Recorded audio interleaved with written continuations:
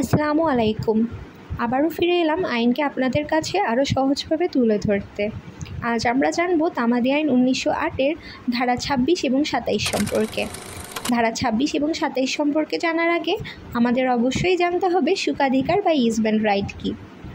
সুখাধিকার বা easement right হলো যদি কোনো ব্যক্তি অন্য ব্যক্তির জমিতে মালিক না হয়েও কোনো ধরনের সুবিধা বা অধিকার ভোগ করে থাকে, তবে সেই সকল অধিকার বা সুবিধাকে বলা হয় ইজমেন্ট রাইট বা সুখাধিকার।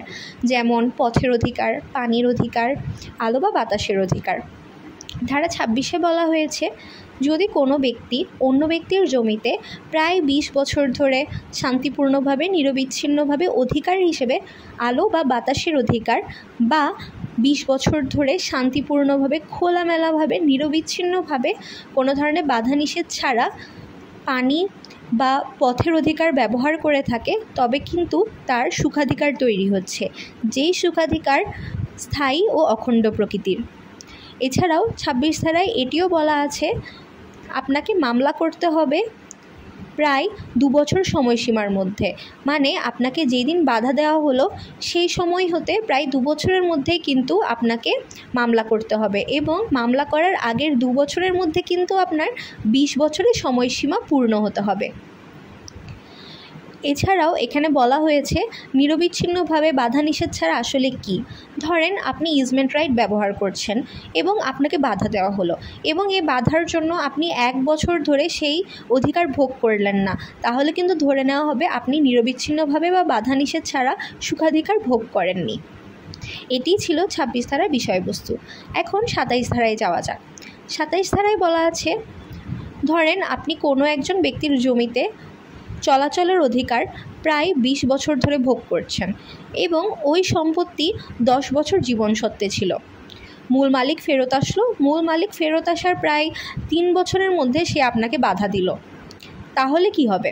তাহলে যেই সময়টুকু জীবনসত্ত্বে ছিল সেই সময়টুকু আপনার 20 বছরের সময়সীমা হতে বিয়োগ যাবে, তখন আপনার মাত্র 10 বছরের সময়সীমা পূর্ণ হবে। এক্ষেত্রে কিন্তু আপনি ইজমেন্ট রাইট এস্টাবলিশ করতে পারবেন না। আরেকটি উদাহরণ দেওয়া যাক।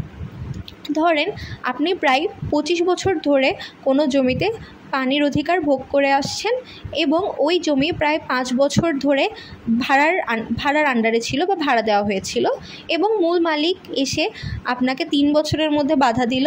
তখন কি দেখা যাবে? তখন দেখা যাবে ভাড়ার যে সময়টুকু, মানে 5 বছর 20 বছর হতে বিয়োগ যাবে। সেক্ষেত্রে কিন্তু আপনার 20 বছর এস্টাবলিশ হচ্ছে। যদি আপনার 20 বছর এস্টাবলিশ হয়ে যায়, তাহলে কিন্তু রিভার্সনের আপনাকে আর কোনো প্রকারের বাধা দিতে পারবে না। আরেকটি কথা হচ্ছে, ধারা 26-এর আন্ডারে বেসরকারি সম্পত্তির ক্ষেত্রে আপনাকে দেখাতে হবে আপনি 20 বছর ধরে ব্যবহার করেছেন, আর সরকারি সম্পত্তির ক্ষেত্রে আপনাকে দেখাতে হবে আপনি 60 বছর ধরে ওই অধিকার ভোগ করে আসছেন।